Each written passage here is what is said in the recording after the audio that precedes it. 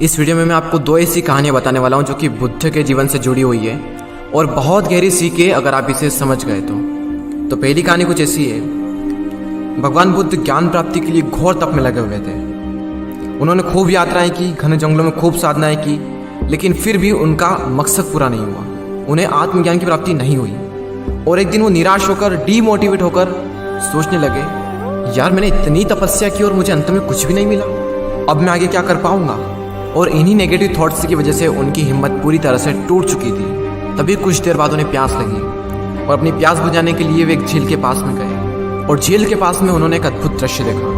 एक गिलहरी जिसके 2 बच्चे थे वो पानी में गिर गए। पहले तो वो गिलहरी ऐसे ही बैठी रही और कुछ देर बाद गिलहरी झील के अंदर गई, अपना पूरा शरीर पानी से भिगोया और बाहर आकर उस पानी को झाड़ने लगी और वो ऐसा बार बार करने लगी। बुद्ध सोचने लगे ये गिलहरी कितनी मूर्ख है, क्या इसे लगता है कि इस तरह से ये झील खाली हो जाएगी। लेकिन गिलहरी ऐसा बार बार करती रही और कुछ देर बाद बुद्ध को ऐसा लगा कि मानो गिलहरी कह रही हो कि झील सूखे या ना सूखे ये मुझे नहीं पता, लेकिन मैं अपना प्रयास नहीं छोड़ूंगी। और उस छोटी सी गिलहरी ने बुद्ध को अपने लक्ष्य से भटकने से रोक लिया। बुद्ध सोचने लगे, जब ये नन्ही सी गिलहरी इतनी कम ताकत होने के बावजूद भी इतना बड़ा दृढ़ संकल्प ले सकती है, तो मैं तो इससे 100 गुना ज़्यादा शक्तिशाली हूँ, तो मैं क्यों नहीं कर सकता।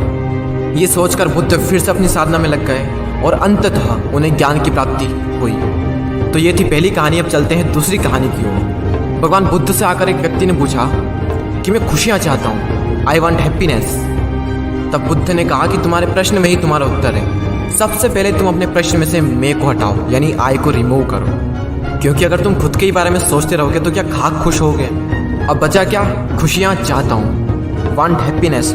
तो इसमें से चाहत को हटाओ, वांट को रिमूव करो, क्योंकि ये तुम्हारा डिज़ायर है। जिस दिन तुम्हारी सारी इच्छाएं खत्म हो जाएगी उस दिन तुम पूरी तरह से खुश हो जाओगे।